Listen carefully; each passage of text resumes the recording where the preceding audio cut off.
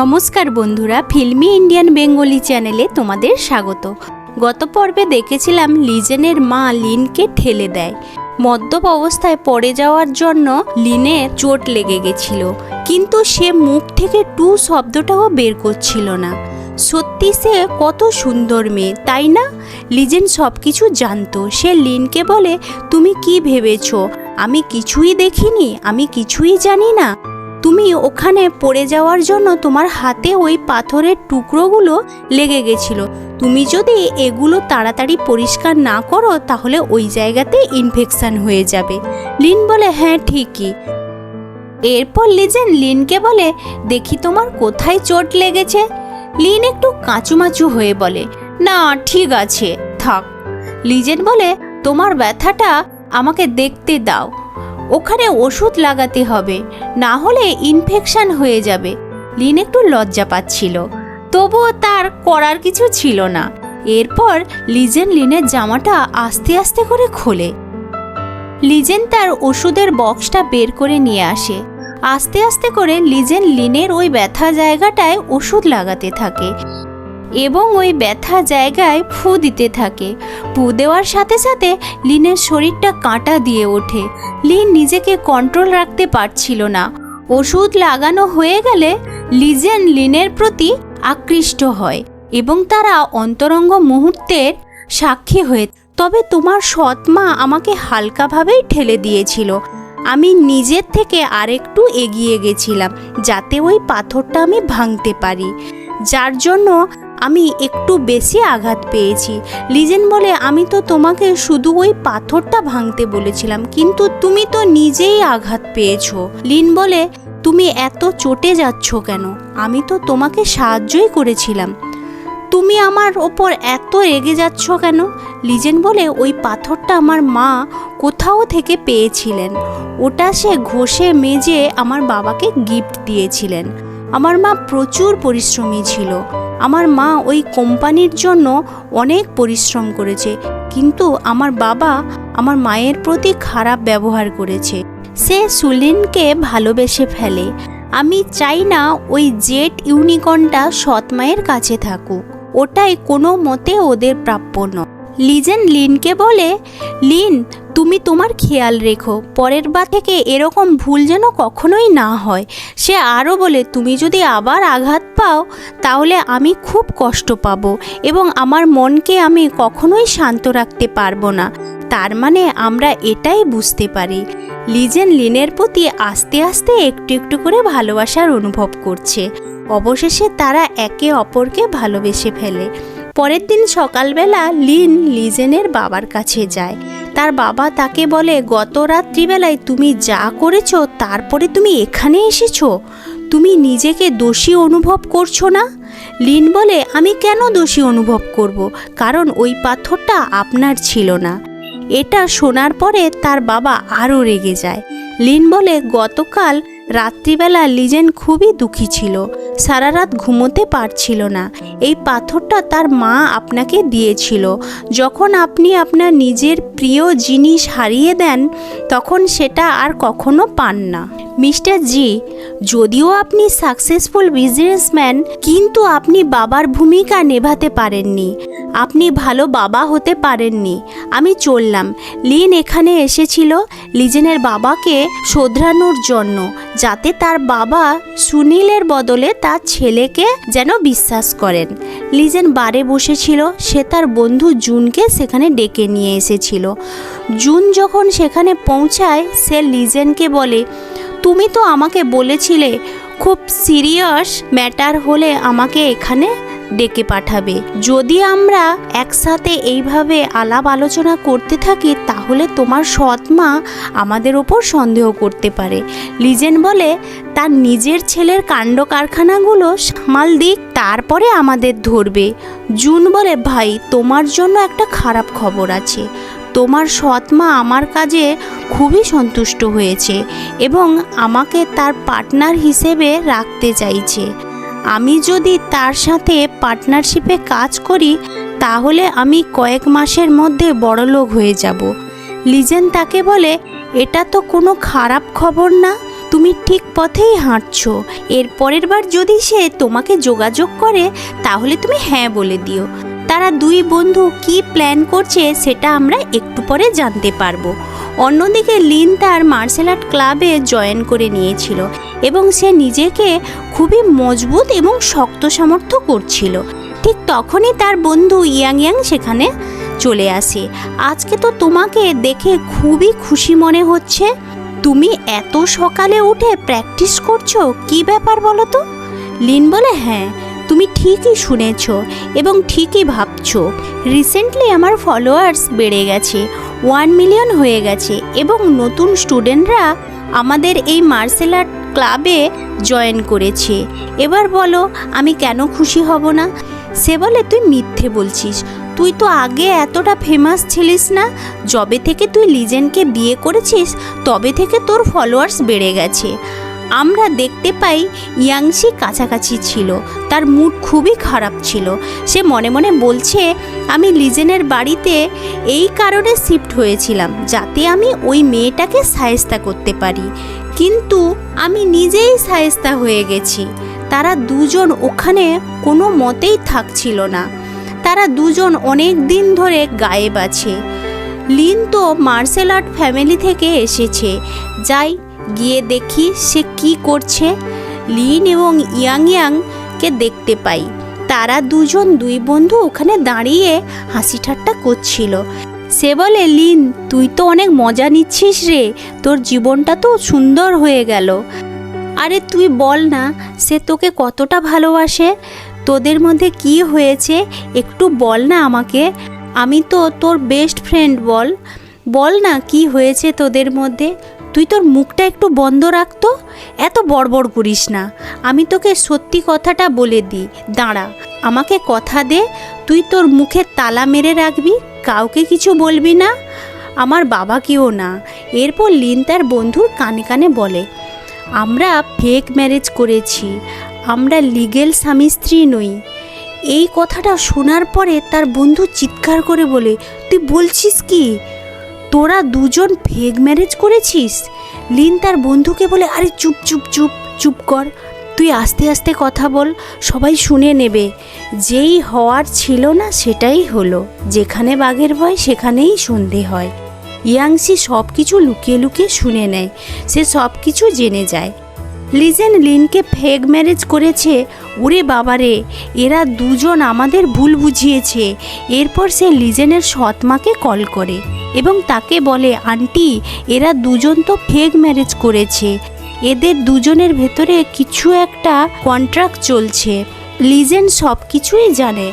সে জানতো ওই নেকলেসটা আমার কাছে আছে, তবুও সে আমাকে বিয়ে করেনি। তাদের মধ্যে কি একটা হচ্ছে, সেটা আমাদের যে কোনো উপায়ে খুঁজে বের করতে হবে। বলুন আন্টি, এবারে আমরা কি করব?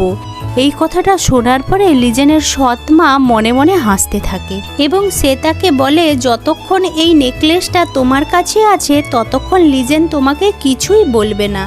তুমি যদি চাও লিজেন তোমাকে বিয়ে করে, তাহলে আমি যেভাবে তোমাকে বলছি তুমি সেটাই সেই মতো কাজ করো। ইয়াংশি জিজ্ঞেস করে, বলুন আন্টি, আমাকে কি কাজটা এখন করতে হবে? তারা দুজনে মিলে একটা ভয়ঙ্কর প্ল্যান বানায়। তাদের কাজ ছিল লিন এবং লিজেন দুজনকে আলাদা করা। লিজেন তার অফিসে ছিল, বিজনেস মিটিং হচ্ছিল। লিজেনের বাবা সেই মিটিংটাতে লিড করছিল। কোম্পানি উন্নতি দেখে তার বাবা বলে, খুব খুশি হয়েছি, ওয়েল ডান, আমি চাই তুমি এইভাবে কাজ করতে থাকো। লিজেন বলে, আমি এই ক্রেডিটটা একা নিতে চাই না, এটা সবার দ্বারা সম্ভব হয়েছে। সবাই সাহায্য না করলে কোনো দিনই আমি এই জায়গাতে পৌঁছতে পারতাম না। খুব তাড়াতাড়ি চায়নাতে আমাদের জুয়েলারি ডিজাইনের কম্পিটিশান হবে। লিজেনের বাবা চায় তাদের কোম্পানি সেখানে পার্টিসিপেট করে। তার বাবা লিজেনকে বলে, তুমি কি স্টিফেনের সাথে কথা বলেছ? সে কি আমাদের সাথে কাজ করতে চায়? এটা শুনে লিজেনের সৎমা তাকে বলে, আমার তার সাথে কথা হয়েছে, আমি জানি সে খুব তাড়াতাড়ি রাজি হয়ে যাবে। লিজেনের বাবা তার আরেক ছেলেকে বলে, তুমি এই কোম্পানিতে 2 বছর চাকরি করছো, তোমারও উচিত কোম্পানির জন্য কিছু করার। তুমি লিজেনের কাছ থেকে কিছু তো শিখতে পারো। যা দেখেছি তোমার দ্বারা কিচ্ছু হবে না, তোমার দ্বারা কোনো দিনই হবে না। মিটিংটা সেখানে শেষ হলো। লিজেনের সৎ ভাই খুবই রেগে যায়। সে মন খারাপ করে সেখানে বসে থাকে। লিজেনের সৎ মা বলে, বাবু তুমি বেশি রাগ করো না, তোমার বাবা খুব তাড়াতাড়ি মারা যাবে, আর না হলে আমরা তার গলা টিপে মেরে দেব। ওই দিন বিকেলবেলা লিজেনের সৎ মা স্টিফেনের সাথে কথা বলে। তাকে বলে, তুমি কি আমাদের সাথে কাজ করতে রাজি আছো? স্টিফেন বলে, হ্যাঁ আমি রাজি আছি, তবে আমার কিছু শর্ত আছে। লিজেনের সৎ মা বলে, ঠিক আছে, এটা আর এমন কি ব্যাপার, চিন্তা করার দরকার নেই, আমরাই এই কম্পিটিশনে জিতব। তাদের দুজনের কথা বলা শেষ হওয়ার পরেই লিজেনের সৎ ভাই সেখানে চলে আসে। সে বলে, মা স্টিফেন কি বলল? সে কি রাজি হয়ে গেছে? তুমি এই কথাটা তোমার বাবাকে বলে এসো। তোমার বাবা মারা যাওয়ার পরে লিজেন আমাকে এবং তোমাকে এই ঘর থেকে বের করে দিতে চাইবে, সেই জন্য তোমার জন্য আমি এই সব কিছু করছি, যাতে এটা কখনোই হতে পারে না। তাদের মা এবং ছেলের জুটি দেখে খুবই ভয়ঙ্কর লাগছিল। তারা মনে মনে কী যে প্ল্যান করছে কেউ জানে না, কী বা হতে চলেছে এরপর। অন্যদিকে লিন মার্শাল ক্লাবে ছিল। সে মনে মনে লিজেনের কথাই চিন্তা করছিল। লিজেন 1 সপ্তাহ ধরে আমার সাথে দেখা করতে আসেনি, সে আসবেই বা কী করে? সে ইউরোপের ট্যুরে গেছে। লিন মোবাইলটা হাতে নিতে দেখতে পায় যেখানে একটা আর্টিকেল বেরিয়েছে, যেটাতে লিজেনের ছবি ছিল এবং কিছু লেখা ছিল। সেই সময় তার বন্ধু সেখানে চলে আসে। সে লিজেনকে বলে, তুই মোবাইলে কি দেখছিস রে? আমাকে একটু মোবাইলটা দে। সে যখন মোবাইলটা কেড়ে নেয় তার কাছ থেকে, সে বলে, ওরে বাপরে, তুই তো লিজেনের প্রেমে পড়ে পাগল হয়ে গেছিস। তুই তো তার চিন্তা করতে করতে মনে হয় দেবদাসী হয়ে যাবি। সে বলে, আমার এই ব্যাপারে অনেক এক্সপিরিয়েন্স আছে, তুই তার প্রেমে পড়ে গেছিস।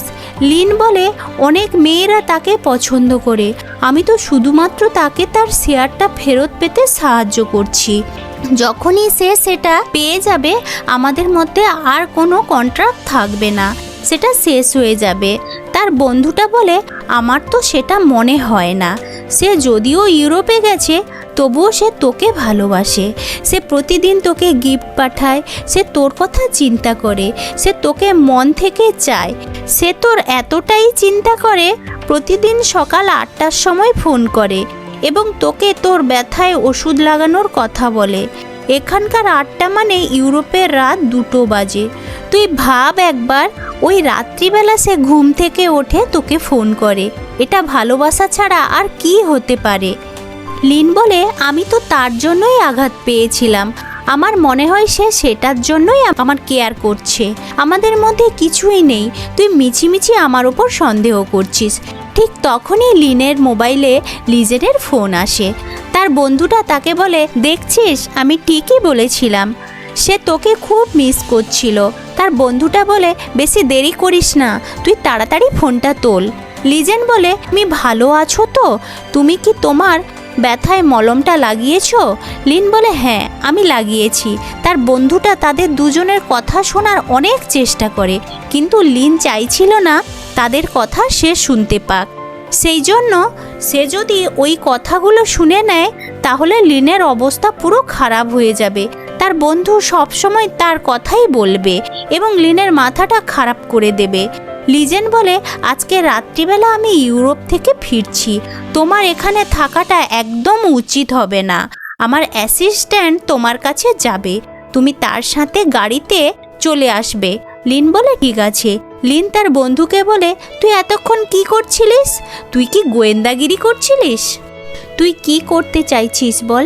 ইয়াং বলে, তুই কিন্তু একদম আগে কথা বলবি না, আগে সে যেন কথা বলে, কারণ ছেলেরা কোনো মেয়ের কথা আগে শুনতে পেলে তার উপরে ঝাঁপিয়ে পড়বে। তুই তো একটু বোকা আছিস, আমি জানি তুই এই ভুলটাই করবি। তুই নিজেকে সামলে রাখবি, তুই ভাবনায় পড়ে যাবি না, আবার ওর কাছাকাছি থাকবি, ওর ফিলিংসটা সম্বন্ধে জানবি, তোর প্রতি ফিলিংসটা সত্যি না মিথ্যে তার সাথে ভালোভাবে কথা বলবি, তার রিয়াকশানটা শুনবি এবং চেষ্টা করবি সে কীটা চায়, তোর প্রতি তার মনে কি কোনো অনুভূতি আছে কি নেই। সে তোকেই কেন বেছে নিয়েছে, সে তোকেই কেন এত ভালোবাসে, এটা সত্যি না মিথ্যে, তুই কি বুঝতে পেরেছিস, না আবার নতুন করে বলবো? এই রোমান্টিক এবং এক্সাইটমেন্ট কথা বলার পরে লিন বলে, ঠিক আছে, চিন্তা করিস না, আমি সব কিছু বুঝে গেছি। এতক্ষণে তুই একটা কাজের কথা বলেছিস, আগে বলিসনি কেন? তুই কি মরে গেছিলিস? রাত্রিবেলা লিন লিজেনের বাড়িতে যাচ্ছিল, কিন্তু সে কিছুটা নার্ভাস ফিল করছিল। লিজেন তার রুমে ছিল। লিন ভাবছিল আগের দিকে যাব না পিছনের দিকে যাব। কিছুটা সামনের দিকে যায়, আবার ফেরত চলে আসে। সে বুঝে উঠতে পারছিল না সে কি করবে। সে খুব টেনশন করছিল।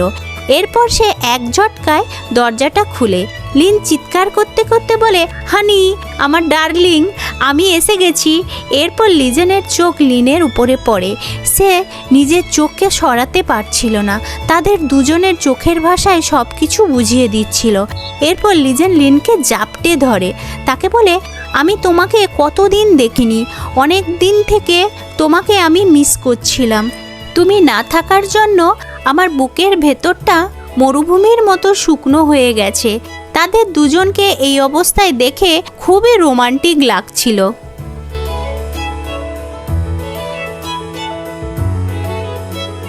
আজকের ভিডিওটা যদি ভালো লাগে তাহলে অবশ্যই একটা লাইক দিয়ে একটা কমেন্ট করে দেবেন।